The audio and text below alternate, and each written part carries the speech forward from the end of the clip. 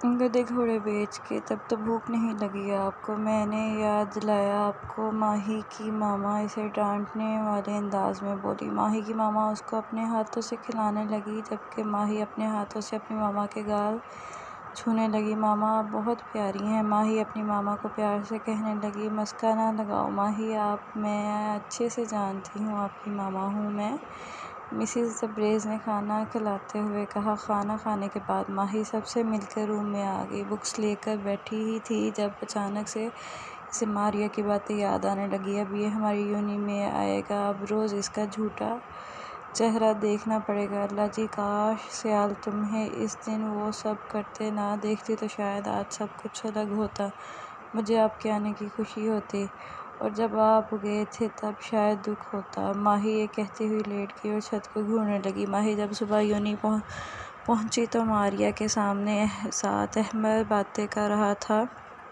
شاید وہ اس کا انتظار کر رہے تھے۔ ماہی جا کر سلام کیا تو احمد نے بہت خوش ہوتے ہوئے سلام کا جواب دیا اور ماہی سے حال احوال لینے لگا۔ ماہی بات چیت کے بعد اپنی کلاس روم میں چلے گئی۔ لیکچر کے دوران ماہی سیال کے بارے سوچنے لگی اور وہ کہاں ہے، یونی آیا تو اس سے ملا کیوں نہیں۔ ماہی لیکچر سے فری ہو کر ماریا کے ساتھ کیفے جا رہی تھی، تب اسے کسی کو کچھ گاتے ہوئے سنا اور وہ آواز بھرتی چلی گئی۔ جتنی دفعہ دیکھوں تمہیں دھڑکے زوروں سے، ایسا تو کبھی ہوتا نہیں مل کے غیروں سے، جتنی دفعہ دیکھوں تمہیں دھڑکے زوروں سے، ایسا تو کبھی ہوتا نہیں مل کے غیروں سے، دور جانا نہیں تم کو ہے قسم، خود سے زیادہ تمہیں چاہتے ہیں صنم، دور جانا نہیں مجھ سے او صنم، خود سے زیادہ تمہیں چاہتے ہیں صنم، دل میں جو بھی ہے تیرا ہی تو ہے، چاہے جو مانگ لو روکا کس نے ہے، قتل اگر کرنا ہو کرنا دھیرے سے، اف بھی نہیں نکلے گی میرے ہونٹوں سے، دور جانا نہیں تم کو ہے قسم، خود سے زیادہ تمہیں چاہتے ہیں صنم، دور جانا نہیں مجھ سے او صنم، خود سے زیادہ تمہیں چاہتے ہیں صنم۔ سیال ماہی کو دیکھ چکا تھا لیکن گانا گاتا رہا اور ماہی کو دیکھ کر اگنور کر گیا۔ ماہی دور ہی کھڑی سونگ میں کھو چکی تھی لیکن سیال کا اگنور کرنا دیکھ چکی تھی۔ جب سونگ ختم ہوا تو وہ حال میں واپس لوٹی، پھر سر جھٹک کر وہاں سے چلی گئی۔ سیال نے جب ماہی کو دیکھنے کے لیے دوبارہ آنکھیں اٹھائی تو وہاں سے جا چکی تھی۔ سیال کو اپنا دل بھاری ہوتا محسوس ہونے لگا۔ وہ اپنا گٹار اٹھاتے ہوئے احمد کے پاس کیفے چلا گیا۔ کیفے جاتے ہی ماہی سب فرینڈز میں گھل مل گئی اور گپوں میں مصروف ہو گئی۔ جب سیال اور احمد ان کے ساتھ آ کر بیٹھ گئے، ہیلو مس چک چک۔ سیال اب قدرے نرم اور پیار بھرے لہجے میں اس کے پاس برجمان بیٹھا بول رہا تھا، ہیلو مسٹر چپکو۔ ماہی بے حد روکھے الفاظ میں کہا۔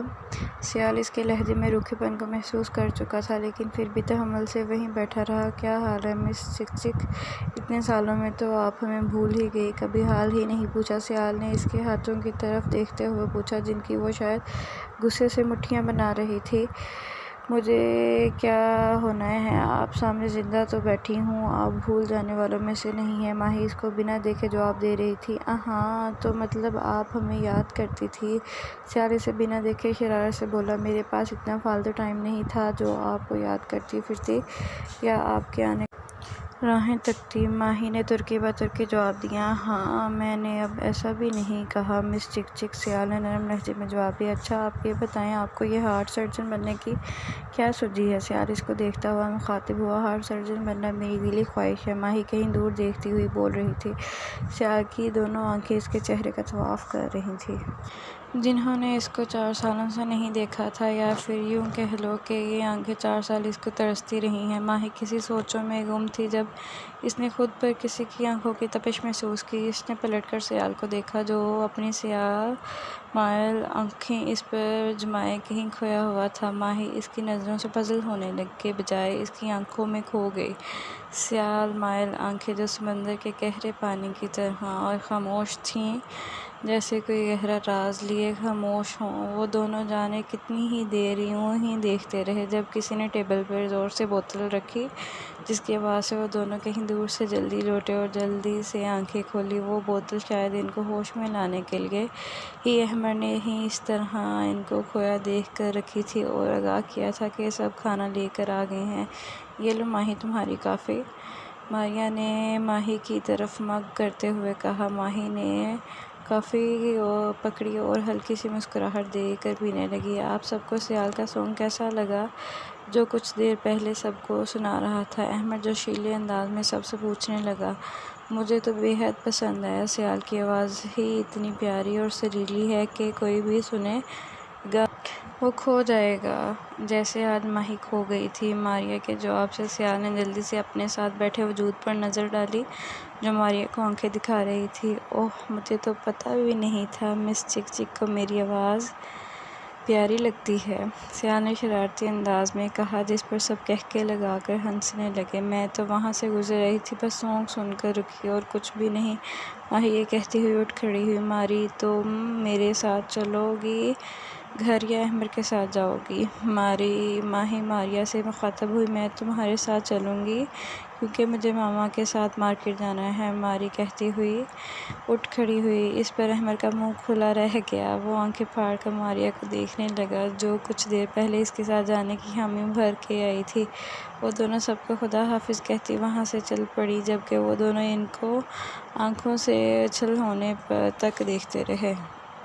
ماریا کو گھر چھوڑتے ہوئے ماہی اپنے گھر چلی گئی۔ گھر جا کر اسے بھی مارکیٹ جانا تھا کیونکہ ایک ہفتے بعد اس کے دونوں بھائیوں کی شادی تھی اور ان کے گھر میں مہمان بھی آنے لگے تھے۔ ماہی کے سب کزنز بھی آ گئے تھے۔ آج وہ سب مل کر مارکیٹ جانے والے تھے شادی کی شاپنگ کرنے کے لیے، جس کے لیے سب ایکسائٹیڈ تھے۔ ماہی گھر جاتے ہی یونی میں ہونے والی تمام باتیں دماغ سے نکالنے کی ناکام کوشش کرنے لگی۔ اف، یہ انسان، کہتی ہی ماہی گاڑی سے نکل کر گھر کے اندر چلی گئی۔ اندر جاتے ہی ماہی کا منہ کھل گیا اور آنکھیں پھیل گئیں کیونکہ سارے کزنز لاؤنج میں برجمان تھے۔ ماہی کے آنے پر سب شاؤٹنگ کرنے لگے اور ماہی سب سے خوشی سے ملی۔ پھر سب نے مل کر کھانا کھایا۔ سب فریش ہو کر مارکیٹ کے لیے نکل گئے اور سب سے پہلے ڈریسز لینے بوتیک گئے۔ سب نے اپنے اپنے پسند کے ڈریسز لیے جبکہ ماہی سب کو کھڑی دیکھ رہی تھی۔ جب ماہی کو کسی سانگ کی آواز سنی تو اس سانگ میں کھو گئی اور آنکھوں کے سامنے سیال کا چہرہ آ گیا۔ وہ یوں ہی سانگ کے ختم ہونے تک سیال کی مائل آنکھوں میں کھو گئی۔ جب ماہی کو اسے ایک کزن نے پکارا، ماہی جیسے کتنی پرانی یادوں سے واپس آئی۔ ماہی، تمہیں کوئی بین لگا ہے کیا جو ڈریسز نہیں لے رہی؟ ماہی اس کی بات پر مسکرانے لگی اور اس بات میں سر ہلاتے ہوئے اس کے ساتھ ڈریسز لینے لگی۔ ماہی، گرین لہنگا لوگی تم؟ ماہی کی ہونے والی بھابھی ارم نے اس کو پیچھے سے آ کر پوچھا۔ نہیں بھابھی، مجھے گرین کلر پسند نہیں، ماہی نے اس ڈریسز کو دیکھتے ہوئے کہا۔ ماہی، تمہیں تو پسند تھا گرین کلر، ان فیکٹ رافعہ بھائی کی منگنی پر تم نے ضد سے لیا تھا، رباب کی ہونے والی وائف صبا نے ارم کے پیچھے سے آتے ہوئے کہا۔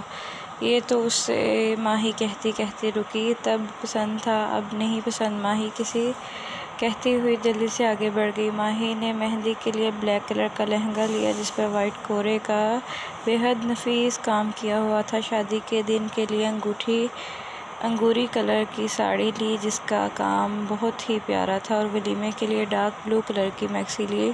ڈریسز دیکھ کر سب نے ماہی کی چوائس پر داد دی۔ ڈریسز لینے کے بعد سب کچھ کھانے کے لیے ریسٹورنٹ چلے گئے اور گپ شپ لگانے لگے۔ اس کے بعد ہم گھر واپس چلیں گے، ماہی نے تھکے ہوئے انداز میں کہا۔ تو سب کو اس کی حالت پر رحم آ گیا اور باقی سامان کے لیے کل کا دن مقرر۔ پلیز میرے چینل کو سبسکرائب کریں اور کافی سارے ویوز لائیں اور لائک کریں اور شیئر کریں۔ Thank you.